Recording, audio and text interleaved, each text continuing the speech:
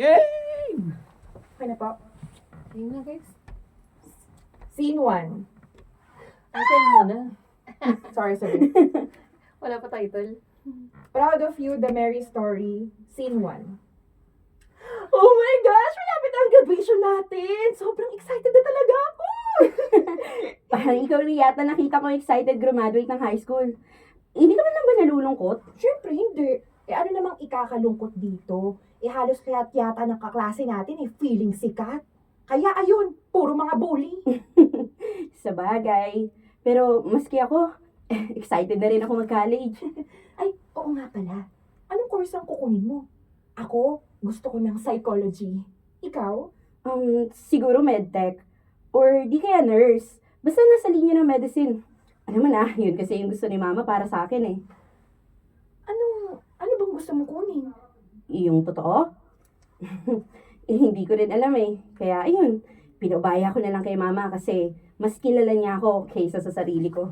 So, ayos lang yun sa'yo. Oo, di ba? Sabi nga nila, mothers knows best. Oo nga pala. Kamusta na nga pala si tita? Eh, ayun, ayos naman siya. Medyo nakangiti nga siya ngayon eh, at mas nakakapag-focus na siya sa work niya. Hindi katulad nung nakaraang taon. Kailangan ko pang tawagan ng mga tita ko para tulungan lang na alagaan siya. Kung ikaw, sa'yo ba naman mangyari yun eh? Ano? Kung Kung ikaw... ikaw, sa'yo ba naman Okay mangyari po. yun? Kung ikaw...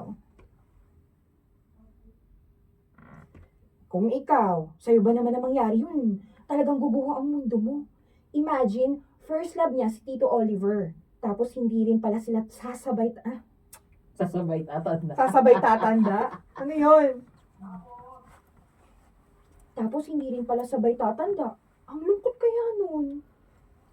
Siyempre naman, kaya nga ginagawa ko lahat para maging masaya siya eh. Masaya naman si Tita Linda kasi nandyan ka pa naman. Oo, alam ko naman yon. Kaya mag-aaral ako ng mabuti sa college para sulit naman ang pagpapagod ni mama para sa akin. At syempre, gusto ko rin na maging proud siya sa akin. Hello! Proud na proud kaya yun sa'yo, no? Ikaw kaya ang salutatorian natin. Syempre, hindi lang ako basta titigil doon. Dapat makapagtapos ako ng pag-aaral with flying colors. Kayang-kaya mo yan? Ikaw pa ba? Kailangan ko talagang kayanin, no? Nakakahiya sa mga magulang ko. Kaya ikaw, huwag kang bad influence sa akin, ha? Lalo na kapag nasa college na tayo. Ba't ako? Ang bait-bait ko kaya. Sus! Sa college, maraming party. Kaya kinakabahan ako sa'yo kasi baka mamaya wala kang ibang gawin kundi ang pumarty. Nako, Joanna, hihilahin ko talaga yung buhok mo kapag naging lasinggera ka. Grabe siya sa akin, oh. Hindi man ako kasing Santa. Sorry po. Santa, right? Santa. Or Sing Santa. Santa. Santa. Hindi man ako kasing Santa mo, pero hindi naman ako pasaway sa magulang ko, no? Good girl ako. Okay, sabi mo eh. O tara na nga, umuwi na tayo. Siguradong nagluto si mama na masarap na dinner. Doon ka na rin kumain, ha? Sige. Gustong-gusto ko yung mga luto ni tita eh. Kaya, let's go! Sabi. Smooth. Operator. Game. Sinto. Scene 2. Anak, hindi ka pa rin ba tapos dyan? Hindi pa po. May exam po kasi kami bukas, kaya kailangan ko pa pong mag-aral. Alas 12 na ng madaling araw. Maaga ka pa bukas. Magpahinga ka na muna kaya. Ay, kailangan po eh. Hindi po ako pwedeng bumagsak sa mga exam ko. Kasi baka mawalan ako ng scholarship. At pag nangyari po yun, hindi ko po alam kung saan ako kukuha ng pera pang aral. Pasensya ka na anak ha. Kung ngayon pa lang, nagiging problemado ka na rin sa pera. Dapat pag-aaral lang ang iniisip mo eh. Kung kasama pa rin sana natin ang papa mo, hanggang ngayon, sana hindi tayo nahihirapan. Ma, di ba po pinaliwanag niyo na po sa akin dati na dapat maging masaya tayo? Dahil kasama na ng Diyos si Papa. Dapat huwag po tayong malungkot. Kasi malulungkot din siya pag nasa... Ano ba yun? Wait nga. Sorry, wait lang. Pick up ako.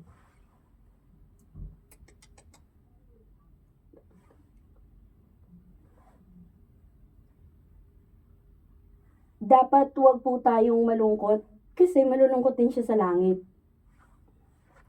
Isa pa. Hindi siya swabe. Kaya- One more. Para siyang ano. Naging ano. Xing Shang. Dapat ayan. Hmm. One more.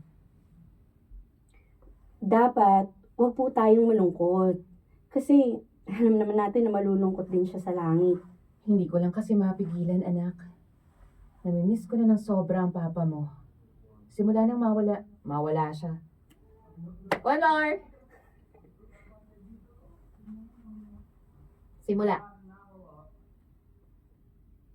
Simula nang mawala siya, parang naging malungkot na rin yung buhay natin. Parang napilayan din ako dahil siya lang naman ang inaasahan ko sa pagtataguyod ko sa'yo. At ngayon wala na siya. Nahihirapan ako ng sobra. Ma, nandito pa naman po ako, di ba?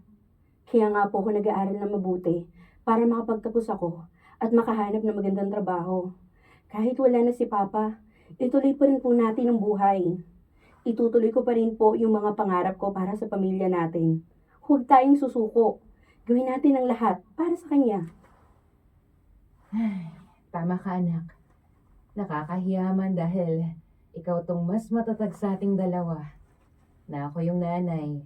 Ako pa yung nagpapakita ng kahinaan. Wala po yun, Ma. Nalulungkot din ako dahil namimiss ko rin po si Papa.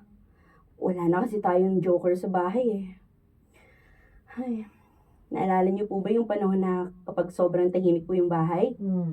Bigla na lang pong kakanta ng malakas si Papa kahit sintonado. Tapos mali-mali naman yung lyrics. Ay, huwag ka mag-alala, anak. Kahit wala na ang papa mo, itataguyod pa rin kita. Yun kasi ang pangako namin sa isa't isa eh. Kahit wala nang matira sa aming dalawa, wag lang tayo. Ano? Huwag lang tayo. Wag lang tayo. Wait lang. Da- Ano to? Huwag lang tayo. Yun lang kasi pangako namin sa isa't isa kahit wala nang matira sa aming dalawa, wag lang tayo. Ano? Wag lang tayo. Habang nabubuhay. Wag Ano, ano Anong yun? silbi nandun? Parang huwag lang tayo. Huwag lang Ganun? tayo. Tapos ani karugtong at habang nabubuhay ako? Sir, Siguro pick up alisin ako. na lang yung wag lang tayo na yun. Wait lang. Kahit wala matira sa aming dalawa at habang nabubuhay ako. Wala naman sense yung wag lang tayo. Parang huwag lang tayo mawalan. Ganun? Siguro. Walang karugtong eh. Panggaling ko na lang. Oo. Panggaling ko na lang. Sana ako mag-start, sir. Gulo nung ano eh. Kahit wala. Oh, sige. Kahit wala nang matira sa aming dalawa, habang nabubuhay ako, tutuparin ko yung pangako na yun. At ako naman po, Ma, iaahon ko ang buhay natin. Magtatrabaho po ako na mabuti para yumaman tayo. Para hindi nyo na kailangan magtrabaho. Ang gagawin nyo na lang ay magpapahinga, mamamasyal, at bibilihin nyo lahat ng gusto nyo. Salamat anak ha. Pinaparamdam mo talaga sa akin na hindi pa oras para sumuko ako dahil nandyan ka pa. Hindi pa ako nag-iisa. Oo naman po. Magtutulungan po tayong dalawa para kay Papa at para na rin sa ating dalawa.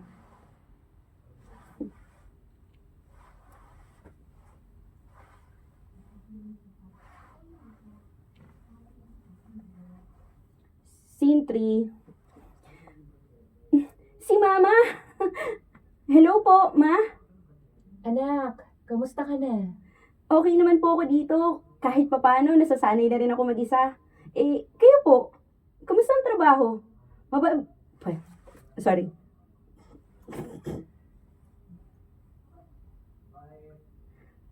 Mababait naman po bang mga amo nyo? Oo anak, sobrang mababait sila dito. Masunurin din yung mga alaga ko dito. Kumakain ka ba sa tamang oras? Baka naman hindi mo na naaalagaan yung sarili mo dyan, kakaaral. Opo, Ma.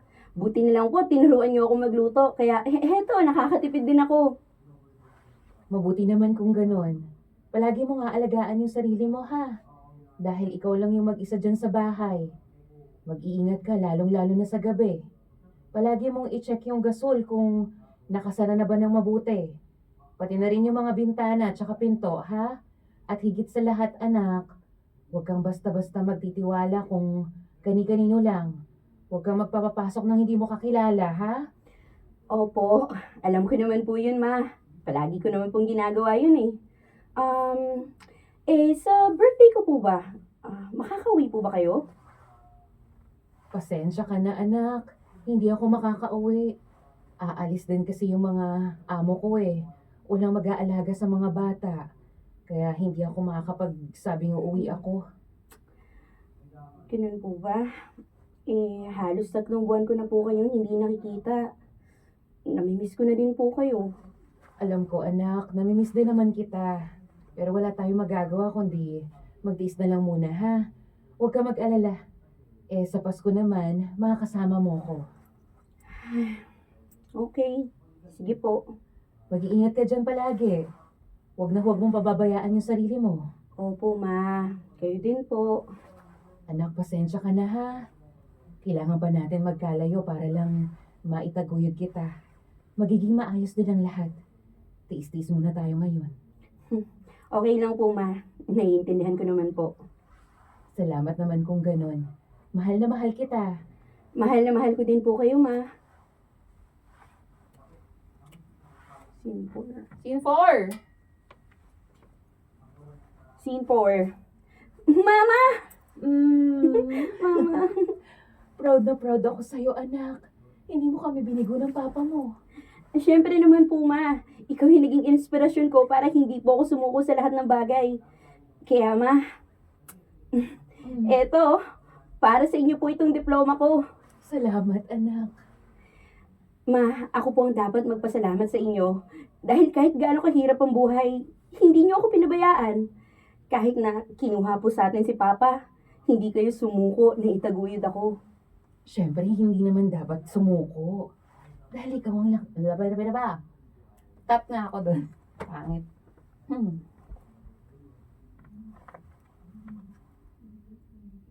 Tap ko, sir. Siyempre, hindi ako dapat sumuko. Dahil ikaw ang naging lakas ko. At masayang masaya ako dahil nakita kong nagbubunga ng lahat ng pinaghirapan ko. Nakapagtapos ka na ng pag-aaral. Pero po, puntahan natin si Papa. Paniguradong hinihintay niya po tayo. Sige. Transition. Uy. Pangkain pala. May umikab. Transition. Ay.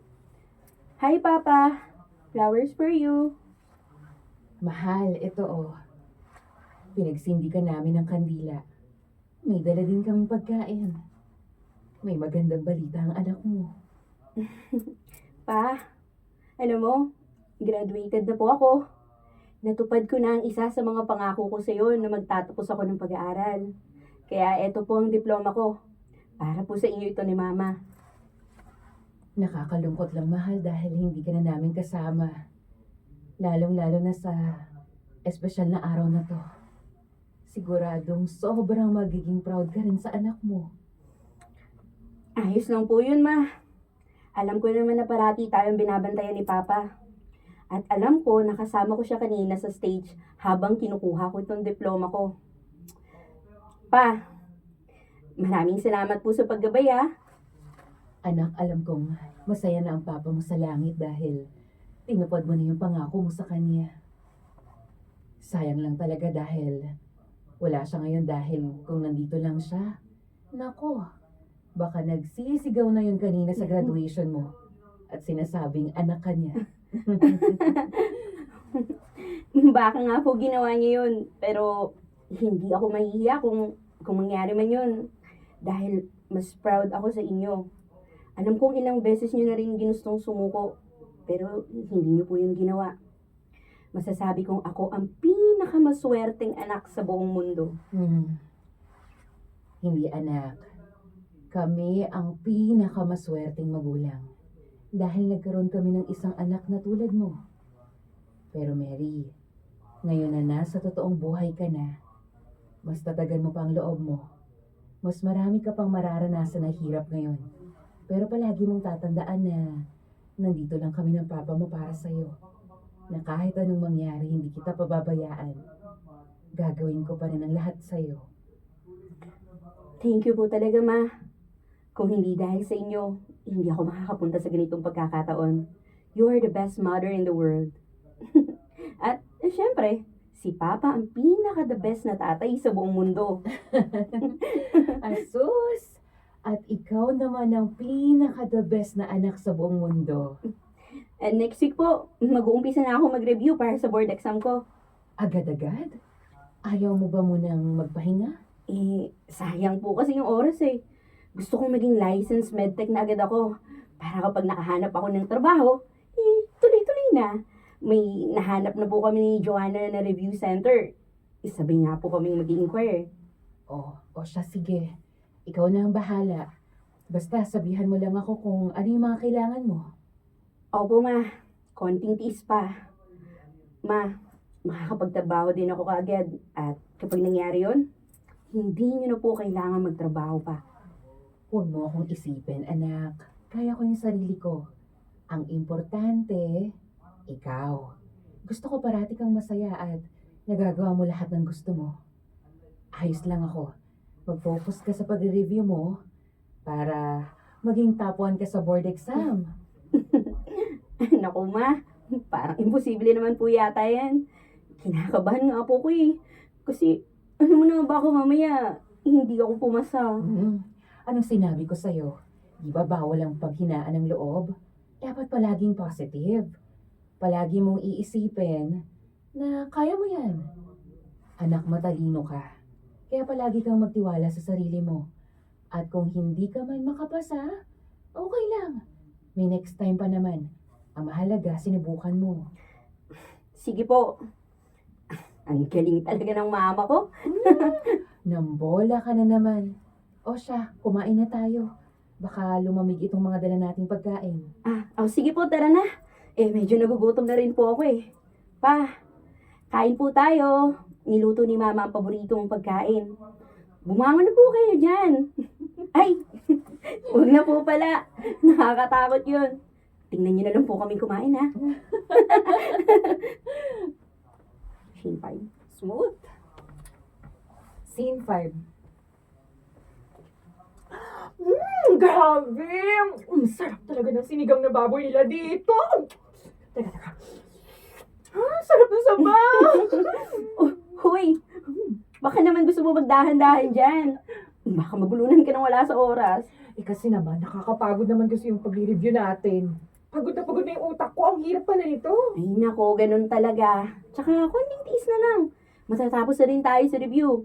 Pagkatapos nun, makakapag-board exam na tayo. Teka, bakit ikaw parang hindi ka naman yata kinakabahan? Syempre, kinakabahan din ako, no?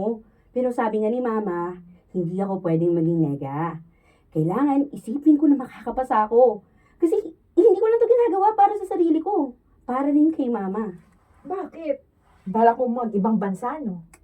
Oo, kasi mas mataas ang sahod doon. Ay, Kapag- ulit po. Ay. Bakit? Bakit? Sa bakit na lang. Bakit? Bakit? Okay. Ito pala yung ano. Yan.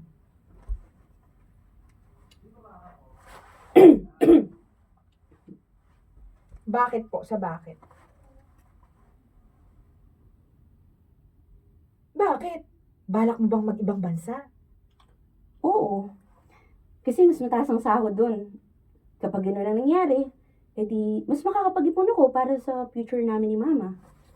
Sa bagay. Mas maganda nga yun. O di ba? Bala ko kasing ipaayos yung bahay namin.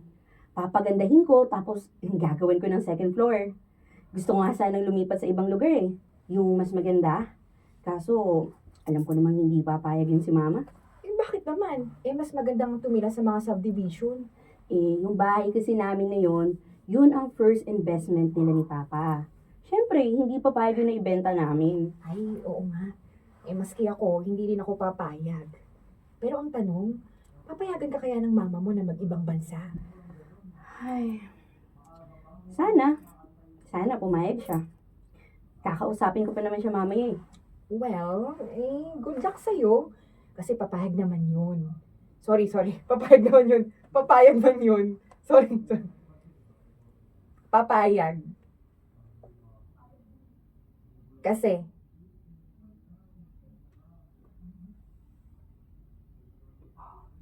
papayag man yun, pero malulungkot siya. Kasi wala na nga ang papa mo, malalayo ka pa sa kanya. Yun nga rin ang iniisip ko eh. Pero parati naman niyang sinasabi kung ano yung gusto kong gawin. Susuportahin niya ako. Bahala na nga. Transition. Anak, kamusta ang pag-review mo? Ayos lang naman po, ma. Medyo mas nagiging mahirap na kasi patapos na kami. Pero, eto, kaya pa naman po. Eh di maganda kung ganun. Konti na lang. Makakapag-board exam ka na. Sigurado naman ako na makakapasa ka niyan. Ma. May sasabihin nga po pala ako. Ano yun? Pagkatapos ko po kasing makapag-board exam, plano ko po sana mag-apply ng trabaho sa ibang bansa. Kung masaman ako o hindi, iyon po ang gagawin ko. Bali, tatapusin ko lang po yung exam ko, tapos saka ako maghahanap ng recruitment agency. Sandali. Bakit mangingibang bansa ka? Kasi mas malaki po kasi ang sahod doon. Mas makakapag-ipon ako para sa atin. Kapag nandun ako, magpapadala na lang ako ng pera dito sa'yo. At hindi niyo na po kailangan magtrabaho. At saka, ang plano ko po ay ipaayos tong bahay natin. Papagandahin at papataasan ko po. At kung ano yung negosyo na gusto nyo, sigurado, may bibigay ko po yun agad.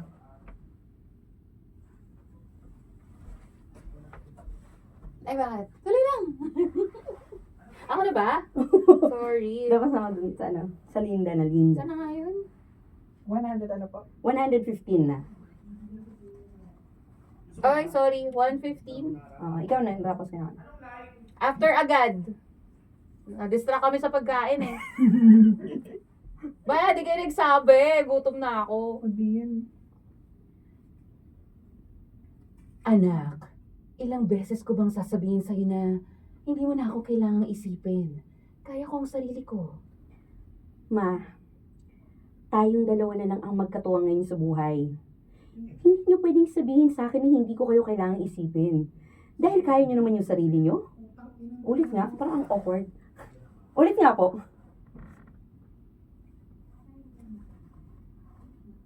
Dun sa tayong dalawa. Ganda ng boses mo, Ayo.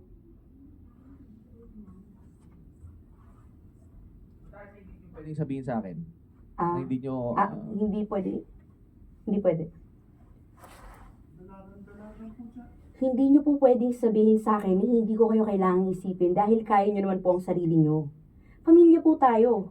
At ang pamilya, nagtutulungan.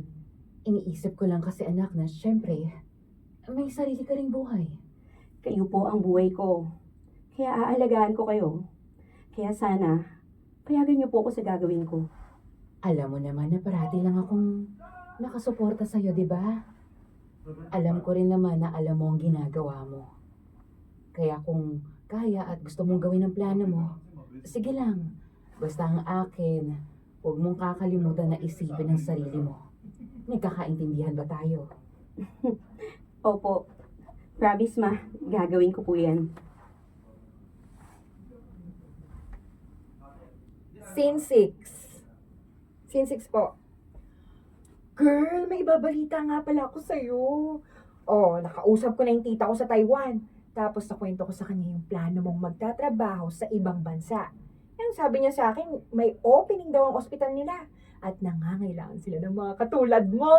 Dahil board passer ka naman baka mas mapapadali yung pag-hire nila sa'yo. Ano? Gusto mo? Gusto mo ba? Tutulungan ka naman ng tita ko, malakas yun doon. Ay. Ipopostpone ko muna yung plano ko. Ano? Oy, teka. Hoy, samantalang nung una, game na game ka. Tapos ngayon, bigla mong ipopostpone. Anyari, te? May malaki akong problema ngayon, Joanna. Ano? Si mama kasi, meron siyang sakit. Ano? Ano sakit ni tita? Meron siyang cancer. Ovarian cancer. Ay, Diyos ko. Seryoso ka? nga. Oo, na-confirm namin kahapon. Kasi bago yun, ilang araw nang may nararamdamang sakit si mama, kaya pina-check up ko na. May nakitang bukol sa ovary niya. Kaya pinabiopsy agad. Ayun, nakita na tumor siya. Ay, naku. Diyos ko. Good news din naman na nakita siya agad. Kaya maaga maumpisahan yung gamutan. Pero alam naman natin kung gaano ka-traitor ang cancer eh.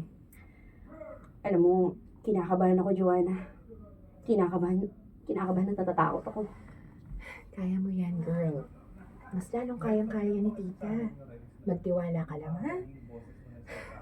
Nagpa-second opinion na ba kayo? Hindi pa eh. Pero nakaschedule na kami sa Friday. Kamusta naman si tita? Ayun, syempre malungkot.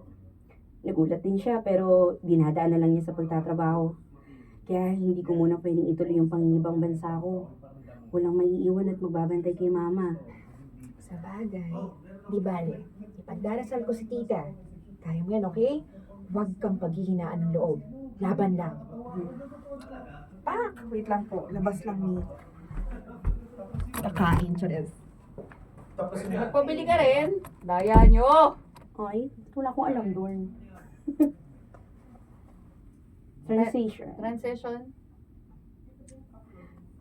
Ayan, okay na to. Ayan. Ayan. Oo, sabi mo, ayan. Okay, ulit. Slang. Slang eh. Transition. Ayan, okay na to. Ano yung ginagawa mo? Guyabano shake. Ginawa ko po ito para sa inyo. Para saan, anak? Makakatulong daw po yan sa kondisyon nyo ngayon, ma. Sige na, inumin niyo po. Ikaw talagang bata ka. Kung ano-ano na lang yung pinapainom mo sa akin. Healthy po yan, ma. Ay, kumusta nga pala yung pag-a-apply mo sa ibang bansa? Ayun, hindi ko na po tinuloy. Sa isang BPO company na lang po ako nagpasa ng resume. Naghihintay na lang po ako ng final interview. Teka, anak. Hindi mo na tinuloy? Bakit? Akala ko ba yun ang gusto mo? Kung aalis po ako, sino po makakasama niyo rito? Kaya ko naman mag-isa. Paano kapag nag-umpisa na tayo sa chemotherapy mo? Sobrang manghihina ka po nun, ma. Siyempre, pag ganun, kailangan niyo po ng kasama. Anak, ayokong ititigil mo ang buhay mo para sa akin. Ma, titigil ang buhay ko kapag may nangyaring hindi maganda sa inyo. Dahil lang mas pinili ko yung gusto ko. Mas kailangan niyo po ako dito, ma. Pero Mary, Ma, nangako po tayo kay Papa na anuman ang mangyari, hindi ko kayo papabayaan. Yun ang ginagawa ko ngayon. Hindi lang dahil yun sa pangako ko. Siyempre, dahil din yun sa mahal ko kayo. mamamatay na rin naman ako. Ma, huwag niyo nga pong sabihin yan. Gagaling ka. Di ba parati mo sinasabi sa akin na maging positive lang palagi? Huwag niyo na pong sasabihin yan, ha? Gagaling ka, okay? At yan ang sisiguraduhin ko sa'yo, ma. The end!